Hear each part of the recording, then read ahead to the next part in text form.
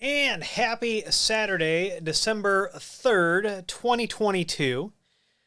I'm Willie Howe. Welcome to the channel. Let me know in the chat if you can hear me. If you need IT consulting, you need to reach out. You just want to bounce ideas off somebody, williehowe.com. And yeah, good morning, everybody. Let me know if you can hear me. Good morning, Barry, Gina, James, Michael, Jacob. Good morning, everybody. Ryan. Can everybody hear me loud and clear? Perfect. So, hey, Jordan, yeah, you and I got to get together here as soon as things slow down and have a call. Sorry about that. Things are moving very quickly towards the end of the year. So, if you've wondered, I'm a huge Telnex fan. Customers have told us that the customer support has changed a little bit. Things are changing a little. And I found out this morning when I was looking around that Telnex owns a 15% stake in bandwidth now, which I thought was interesting. So I think that they did that after all of the problems. So here's the SEC, filing, April 22, 2022. Telnex LLC, which is in Chicago, they have 1.5 million stocks of Bandwidth Inc., which I thought was very, very interesting. So Telnex has changed. The support has changed a little bit, and we typically don't have too many issues.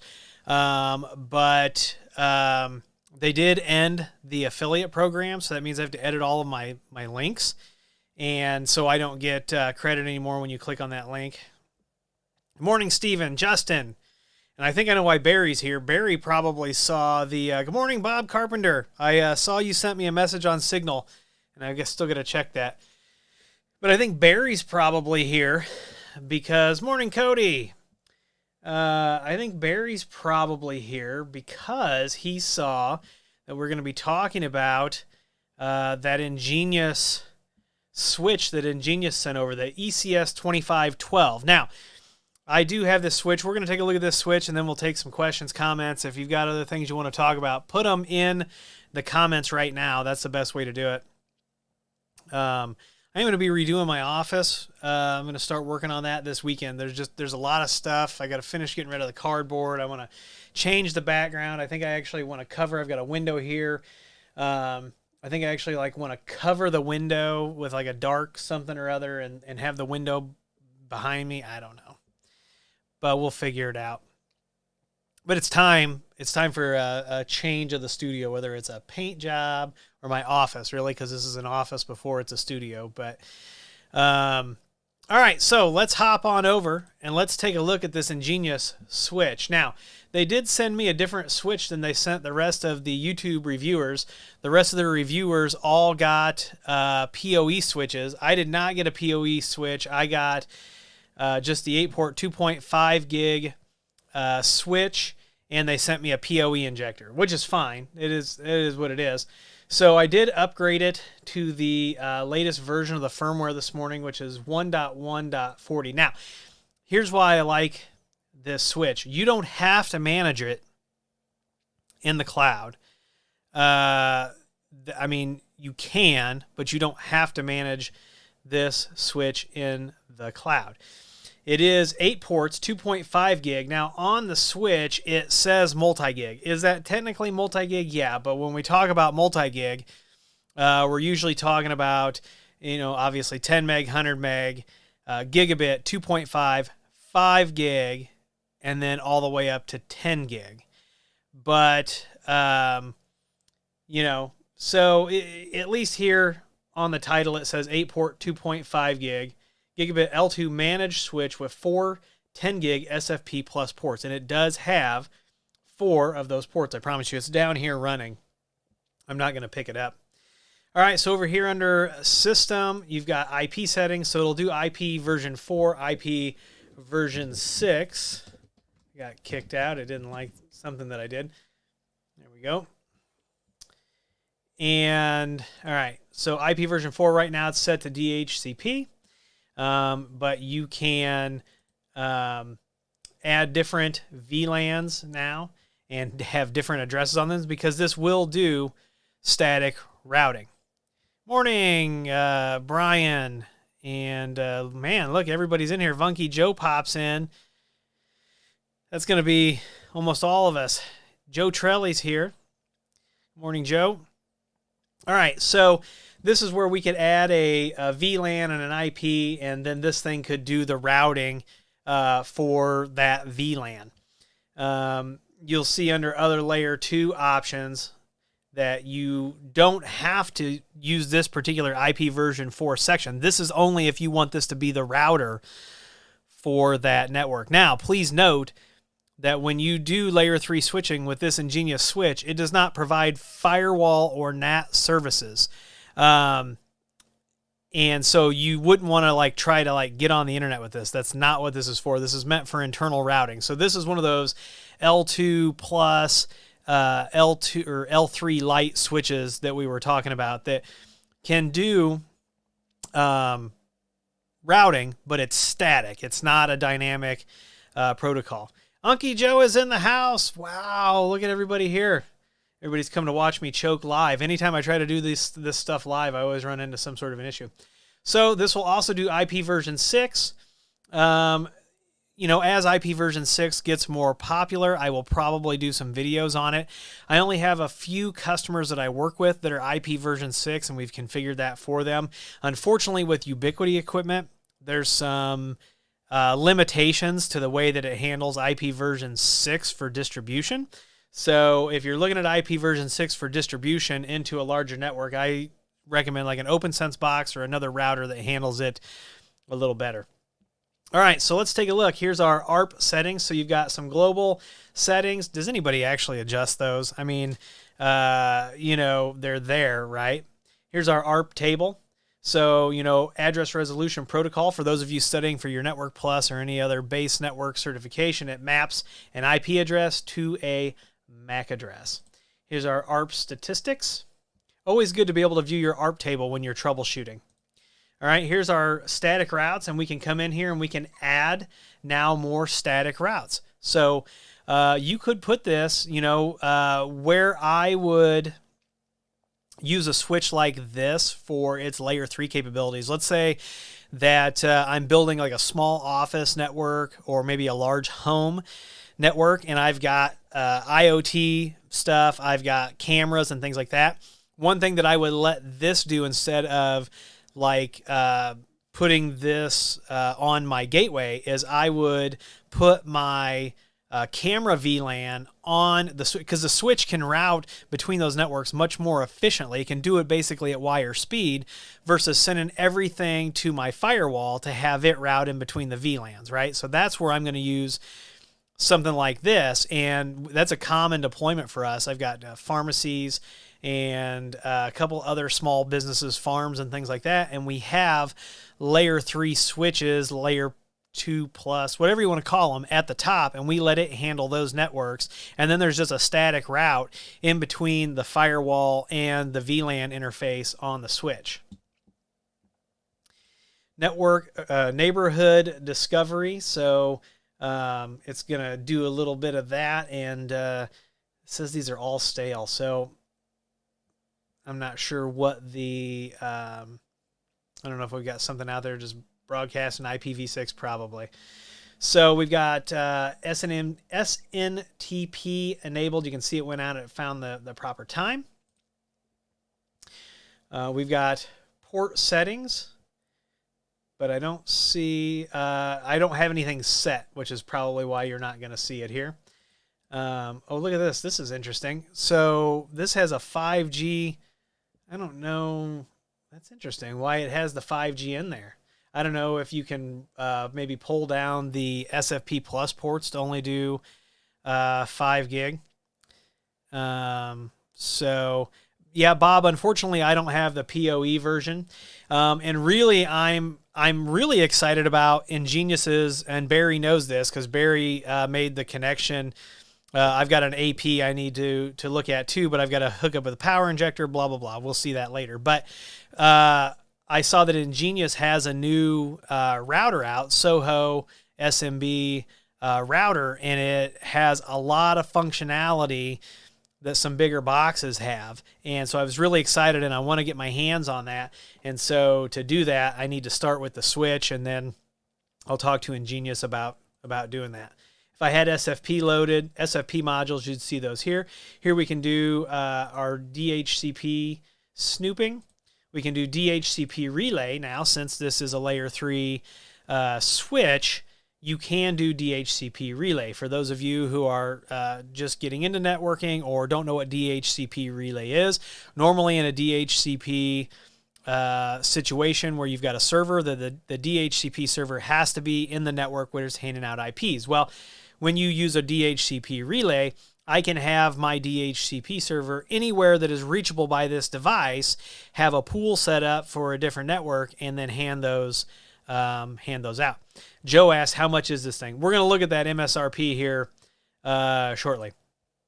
And then you've got the energy efficient Ethernet. All right, so let's take a look at our L2 features. It's got link aggregation, so we can do port trunking. And I wonder how many we can do per, we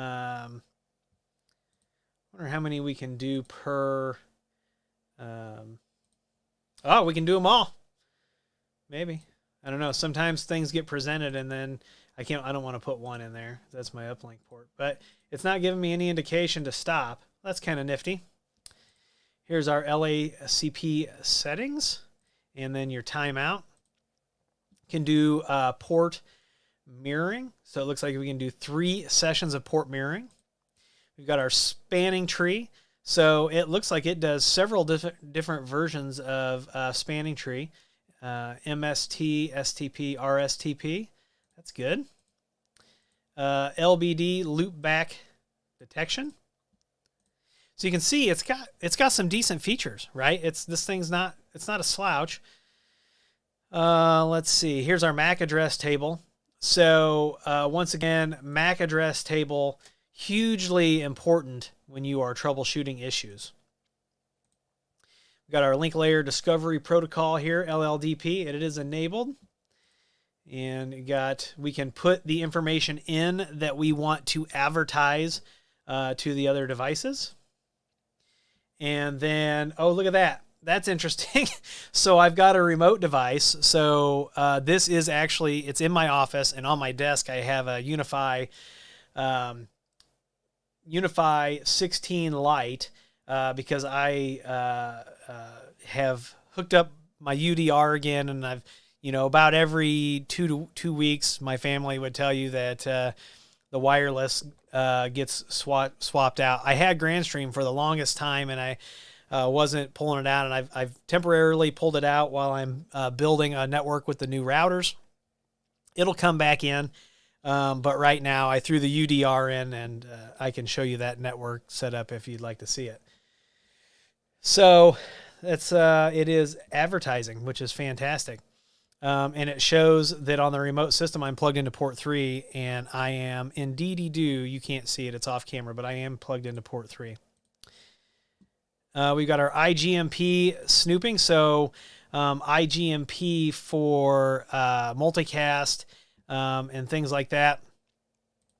This is, when you start getting into IGMP and multicast, we could do a video series completely on that. And if you're getting into AV over IP, you really need to understand multicast.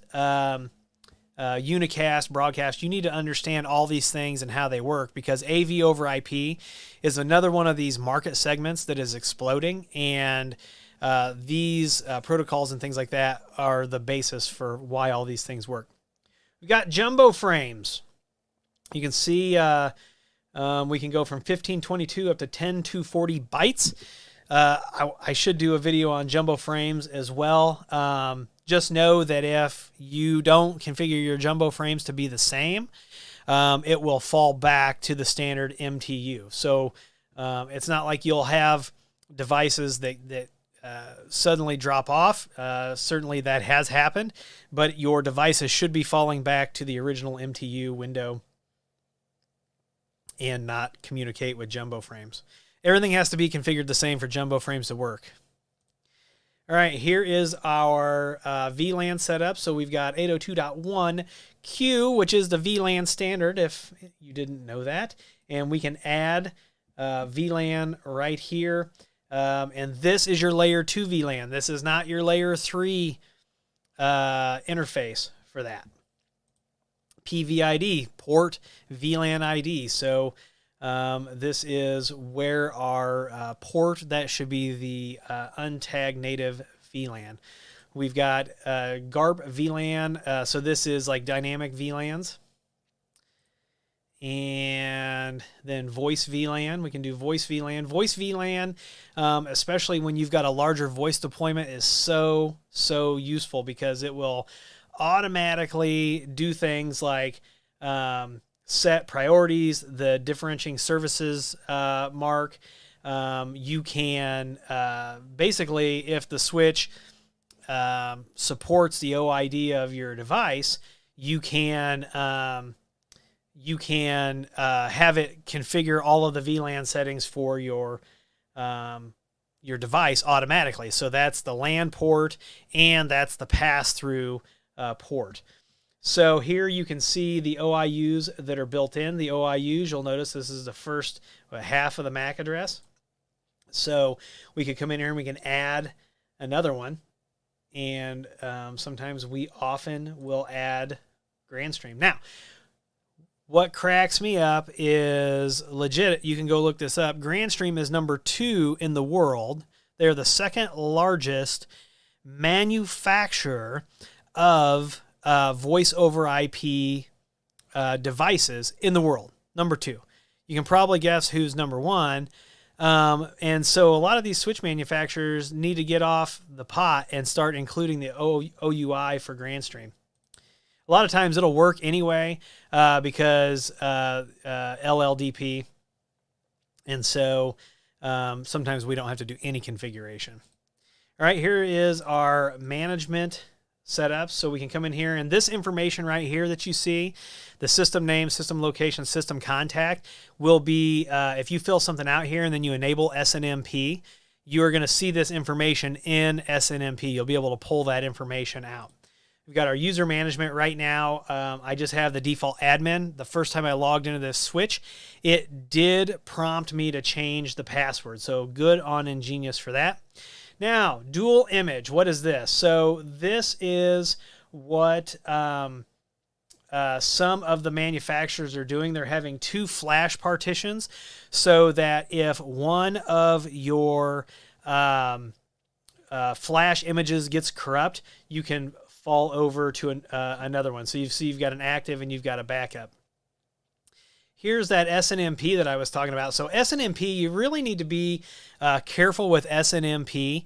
And if you don't know how to configure SNMP, do some reading on it because you can actually make changes to devices.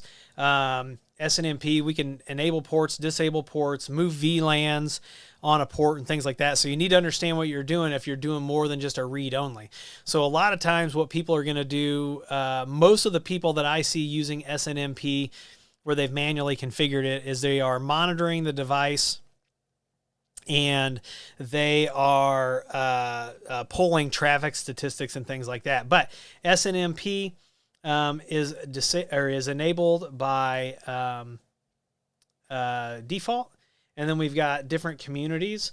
And so your community is like, that's the name of the SNMP. I'm trying to figure out how to explain this. So it's almost like your SSID, right? Like you have to be part of that community. You have to know the community name to pull that. And then here's your access list, notify settings. Quite the thorough SNMP setup from the UI here. All right, so I said earlier that this switch doesn't do firewalling, and it technically doesn't do firewalling, but it does ACLs, which can sometimes accomplish kind of the same thing. So you can do MAC ACLs, you can do IP version 4 ACLs, and then what you can do is you can block coming through the switch traffic from one device destined for another. So you can do that. Now ACLs don't use subnet mask, they use wildcard mask, and so the setup is a little bit different. So if you're interested in ACLs, let me know and we can definitely take a look at that. That ACLs are a video all into themselves, and if you mess up an ACL, you can lock yourself out of this device lickety split.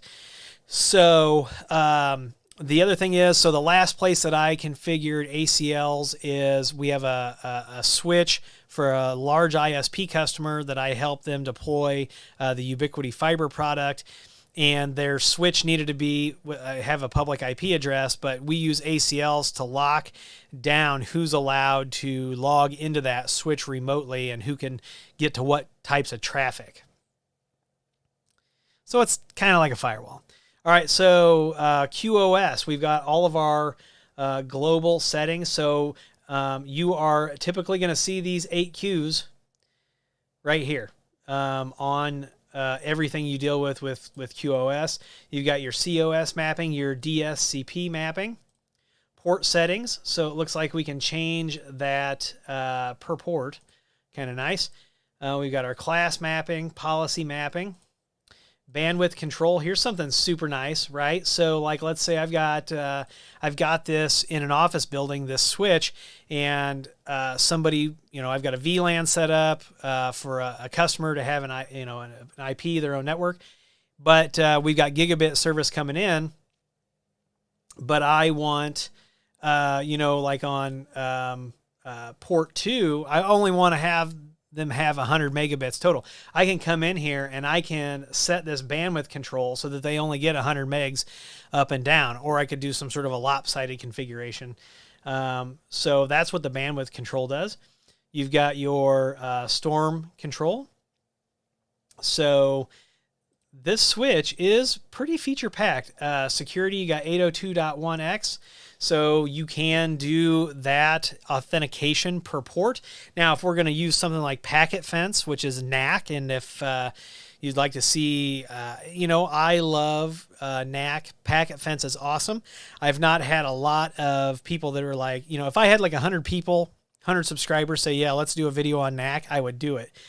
But you can do all kinds of things. You can place people in a quarantine VLAN, and then once you've verified their system meets the requirements, then you can move them into a production VLAN, and then based on who they are, what they are, when they are, you can move them into different VLANs, right? So it becomes very advantageous for BYOD and things like that, and just general network security. And a lot of this, you see force authorized. You see that on a lot of switches as a default setting. If we have hosts who are authenticated, and you can see here dynamic VLAN ID. Got statistics for the ports. Now this apparently does have, no, this is where you specify your radius server. So to do 802.1x correctly, you have to authenticate to a radius server, whether that's Active Directory, LDAP, free radius, whatever. Then you've got port security that you can turn on. You've got port isolation. Now, what I don't know about port security is what they're, okay, right here, MAC addresses, right? And so if you're familiar with port security on a Cisco switch, what I can do is I can come here to port 2 and I can enable this. And then I can say only 3 MAC addresses, 3 unique MAC addresses are allowed to traverse this port. Once you hit MAC address 4, turn the port off, disable it, error disable the port. So that's how that works. Port isolation, you can isolate the ports so they can't talk to anything else. And then you've got some denial of service prevention stuff in here. Under monitoring, we've got our port statistics. which you can come in here and sometimes you can get a good idea if you've got something crazy happening. So you've got transmit errors, you're discarding packets. Why are you discarding packets? Why are you having receive errors? All this stuff kind of gets into troubleshooting a little bit. Armon, pretty standard networking stuff here. Log settings. So logging is enabled. So it looks like we are doing some local logging. So let's take a look. So here is our local logs. Actually a really nice looking log. I really like that. Remote logging though, I like even better. Sending those logs to a place where nobody can disturb them, where nobody can touch them, where they can not be modified. We've got some cable diagnostics in there. Got a ping test. By the way, has anybody ever had on any lower cost Ethernet switch the cable diagnostic work properly? I think manufacturers throw it in there, and yeah, I don't use the one on the switch usually. We can do ping test. Oh, that's weird. So that's got like a light gray. We'll do 4. Let's see what happens when we hit test. Please wait. So I'm assuming it's going to test and then show us the result. So there it is. And you can do an IP version 4, and then you can do trace route. So for the 2.5 gig ports, right? Where do I think that is advantageous without PoE? So without PoE, I think that if you are using, here's the thing, right? So multi-gig switches, I think, are definitely going to make a bigger splash in the future than they are right now.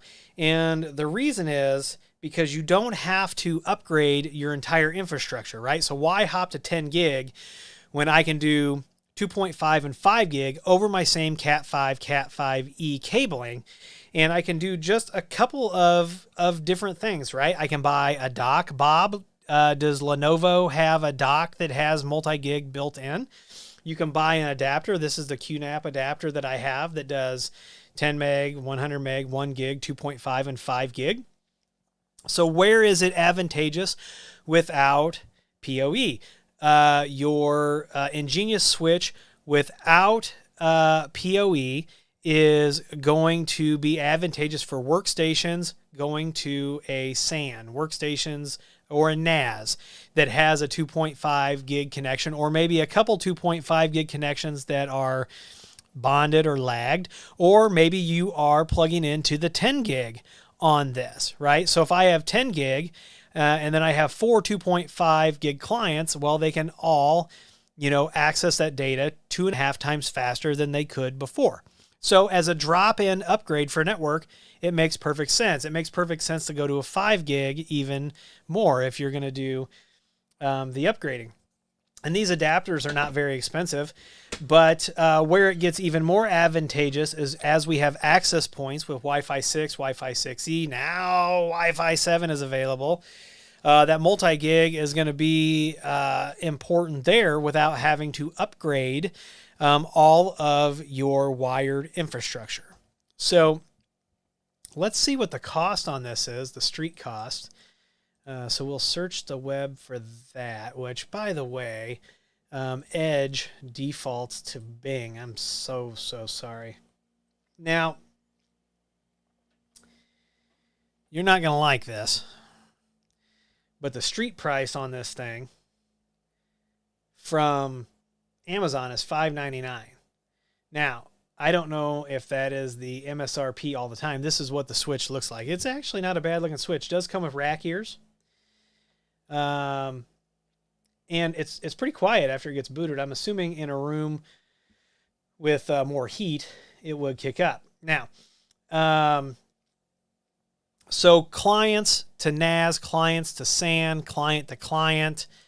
If you're gaming, things like that, right? Where you need a higher speed transfer. But then when you need PoE, display devices that may have a lot of data, Wi-Fi, definitely, that's where it's going to become advantageous. So I had hooked this switch up before. I've been playing with it for a couple months.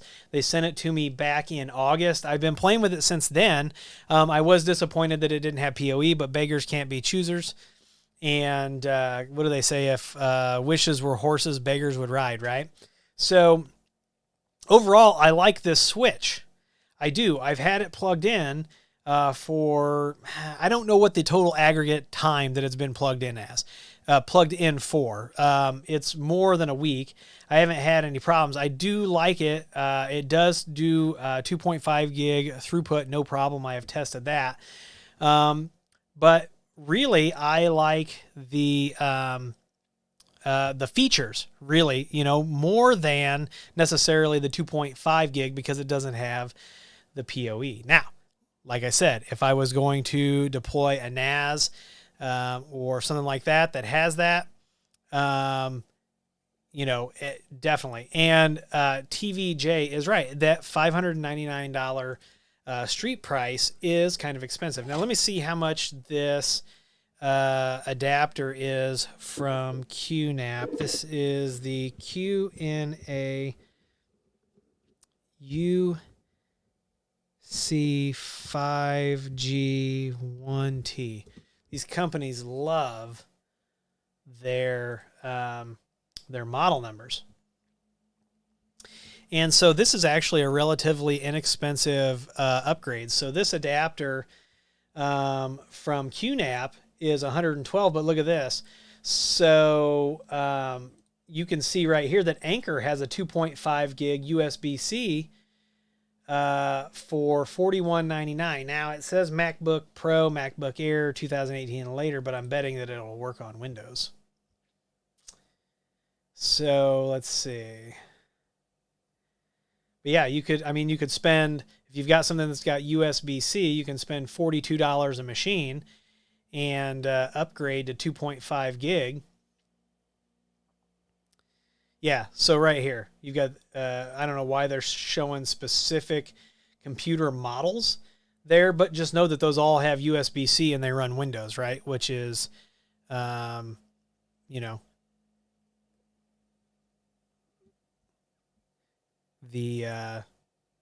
kind of the tie that binds, so to speak.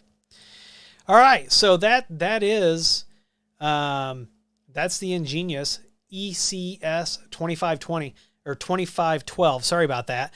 I do like the switch. Can I recommend it?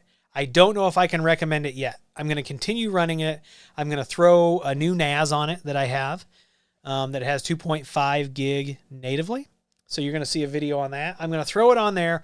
We're going to run it for a few months, do some speed tests through it from that, and then I'm going to circle back. So if you haven't heard from me by May on whether I like this switch or whether I can recommend this switch, let me know.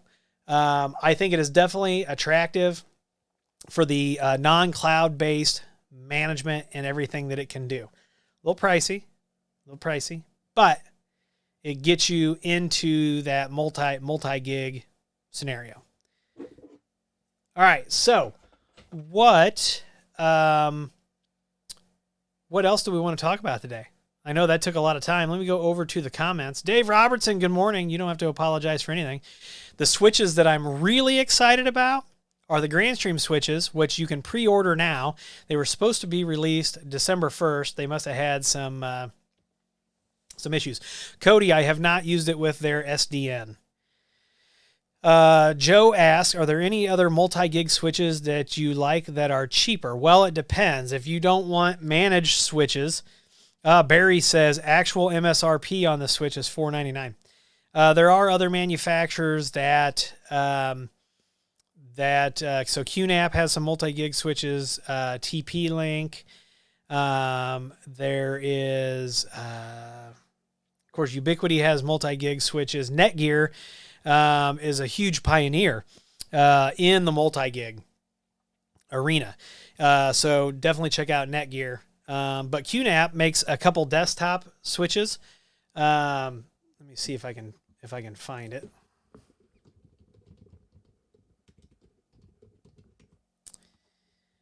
That's funny. I went to Amazon.com and it routed me to the Switch login. That was a little weird. QNAP 2.5G Switch. Let's see. Okay, so here you've got the TP-Link 8-port, no PoE, fanless, limited lifetime protection, and we're going to get into that one of these days too. $179.99. QNAP 5-port unmanaged, $139. QNAP 5-port 2.5 gig unmanaged, $160. Is that the same switch? I don't know if that's the same switch or not. Here's a TrendNet unmanaged 2.5 for $143. Here's a switch with a 2.5 gig uplink. Sodala 8-port unmanaged 2.5 gig switch. I've never heard of this brand. $139. MokerLink 5-port 2.5 gig switch. $115. Here's the QNAP 6-port 10 gig uplinks and 2.5 gig unmanaged. $167. Here's the big fella from QNAP for $799. That's a fully managed switch. Here's another one that's fully managed for $799. Here is, so you got to watch it too. If you think you're getting a steal at $49, what you're actually getting is a switch that only has a 2.5 gig uplink and then 1 gig ports on the other one. So you got to watch that. But, say what you will about QNAP NASs, but they make pretty solid networking gear. So, you can go out and just go over to Amazon and check it out. What kind of brand name is CQNPR? I have absolutely no idea. Barry says that he has quit Ubiquity. Barry is, I think, exclusively... I think Barry is exclusively Engenius at this point. And then, Barry, correct me if I'm wrong, for your point-to-point links, I think you're doing Mimosa, right? Jim, the IT guy, says if it's cheap and an unknown brand, it's one of the cheap Chinese ones. Yeah. Yep. I don't know, Jordan, what chip it uses. I haven't gotten into that. But,